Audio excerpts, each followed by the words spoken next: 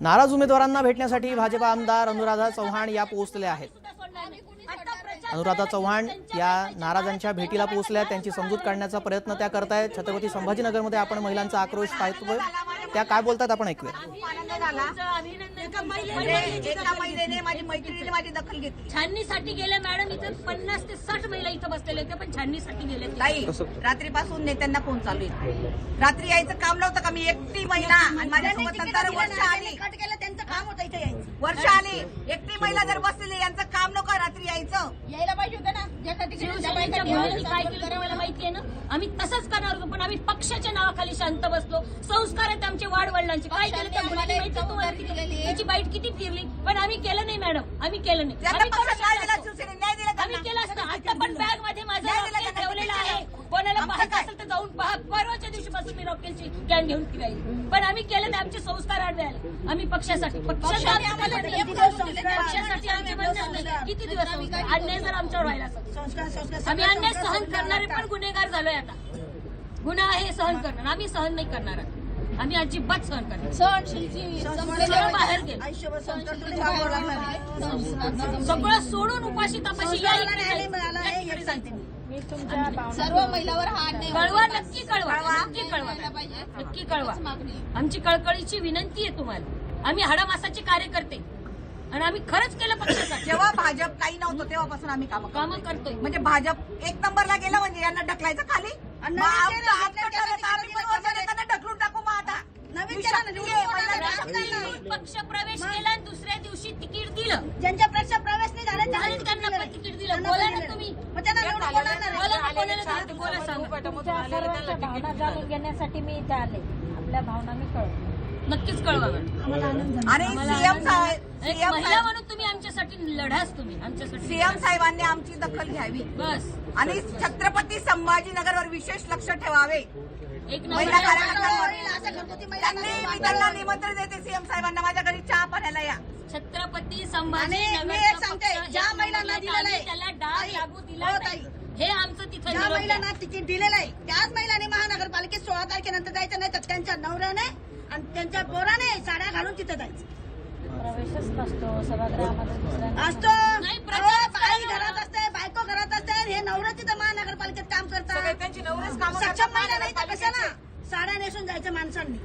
प्रचारच साड्या घालून आम्ही साड्या नेसू, नाही, प्रचारच साड्या घालून ज्यांची बायको नाही गेली तर आम्ही साड्या नेसू त्या माणसाला, बस। एवढा संताप व्हायलाय आमचा मित्र एक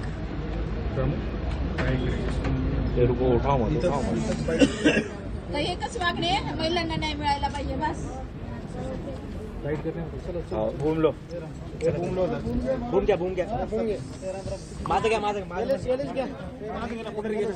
आमदार अनुराधा चव्हाण इथे नाराजांच्या भेटीसाठी पोहोचल्या होत्या आणि त्यांनी त्यांची भेट घेतली, त्यांच्या समस्या जाणून घेतल्या आणि त्यांच्या समोर कार्यकर्त्यांनी आपली नाराजी व्यक्त केलेली आहे। वरिष्ठांपर्यंत आमच्या भावना तुम्ही पोहोचवा असं त्यांनी म्हटलेलं आहे, कारण आम्ही मुख्यमंत्र्यांपर्यंत निवेदन पोहोचवू, आम्ही त्यांना आमच्या घरी आमंत्रित करतोय असं देखील इथे नाराज कार्यकर्त्या बोलताना आपल्याला दिसल्यात। कारण अनेक वर्षापासून हे कार्यकर्ते आहेत जे पक्षासाठी काम करतायत, काही कार्यकर्ते गेल्या 30 वर्षांपासून एकनिष्ठपणे पक्षाचं काम करतायत, काही 15 वर्षापासून काम करतायत, मात्र ऐनवेळी अशा वेळी उमेदवारी त्यांना डावलण्यात आली, त्यामुळे ते नाराज झाले। त्यांचा आक्रोश कालपासून आपण पाहतोय। त्यानंतर आता अनुराधा चव्हाण त्यांच्या भेटीसाठी पोहोचल्या, त्यांची भेट घेतली आणि त्यांची समजूत काढण्याचा प्रयत्न केला, मात्र तुम्ही वरिष्ठांपर्यंत आमचा जो आक्रोश आहे तो पोहोचवा असं त्यांनी म्हटलंय। अनुराधा चव्हाण आता काय बोलतायत आपण ऐकूया।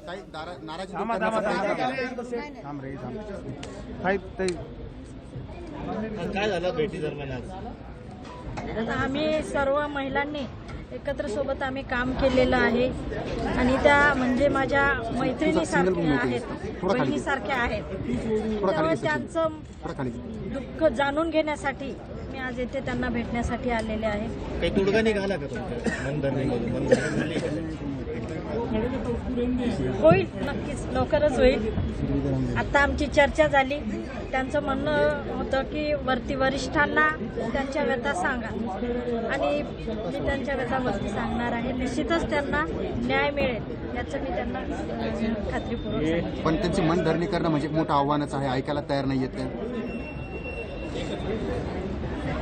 ऐकतील मनधरणी केल्यानंतर ऐकतील याचा मला विश्वास आहे।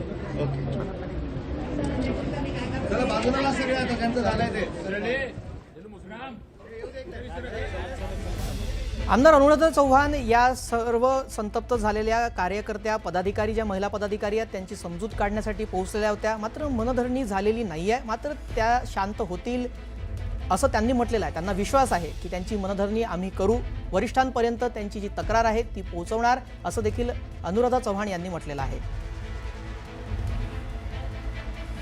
अशा प्रकारे आता या कार्यकर्त्यांची आणि या इच्छुक उमेदवारांची ज्यांना डावलण्यात आलेलं आहे त्यांची मनधरणी वरिष्ठांकडून केली जाते तेही पाहावं लागेल. कारण संभाजीनगरमध्ये उमेदवारी न मिळाल्यामुळे कार्यकर्ते चांगलेच नाराज झालेले आहेत आणि त्यांचा आक्रोश देखील कालपासून आपण पाहतोय. भागवत कराड यांची गाडी रोखण्यात आली, अतुल सावे यांच्या गाडीला घेराव घातला, जाब विचारण्यात आला आणि त्यांच्या समोर नाराजी व्यक्त करण्यात आली. त्यानंतर आता अनुराधा चव्हाण या देखील त्यांच्याशी बातचीत करण्यासाठी इथे पोहोचल्या. त्यांच्या समस्या अनुराधा चव्हाण यांनी जाणून घेतल्या आणि त्यानंतर वरिष्ठांपर्यंत आमची तक्रार पोहोचवा असं त्यांनी म्हटलेलं आहे. आता अनुराधा चव्हाण यांनी सांगितलेलं आहे माध्यमांपुढे की वरिष्ठांपर्यंत त्या त्यांची पाळत तक्रार आहेत पोहोचणार. आणि पक्षाच्या शिस्तीनुसार त्या इथे त्यांचं मत मांडण्यासाठी त्या इथे उपोषणाला बसलेल्या आहेत. त्यांनी जे काही घराणं तुमच्याकडे मांडलंय तुम्ही बावनकुळे साहेबांना बोलणार आहेत, मुख्यमंत्र्यांना बोलणार आहेत, त्यांचा निरोप देणार आहेत. हो, असं मी त्यांना आश्वासन दिलंय माझ्या भगिनींना, माझ्या मैत्रिणींना. आणि त्यांचं जे म्हणणं आहे तर ते मी वरिष्ठांना निश्चितपणाने कळवणार. Okay, thank you. या सर्व पक्षाच्या कार्यकर्त्या आहेत, आपल्या भगिनी आहेत, त्या आपल्या भगिनींचं म्हणणं पक्षाच्या वरिष्ठांपर्यंत पोहोचवणार, त्यांच्या पुढे मांडणार असं अनुराधा चव्हाण यांनी म्हटलेलं आहे. त्यामुळे आता या कार्यकर्त्यांची समजूत कशा प्रकारे काढली जाणार, कारण कार्यकर्ते नाराज झाले, त्यांच्या नाराजीचा फटका प्रचारात देखील बसू शकतो.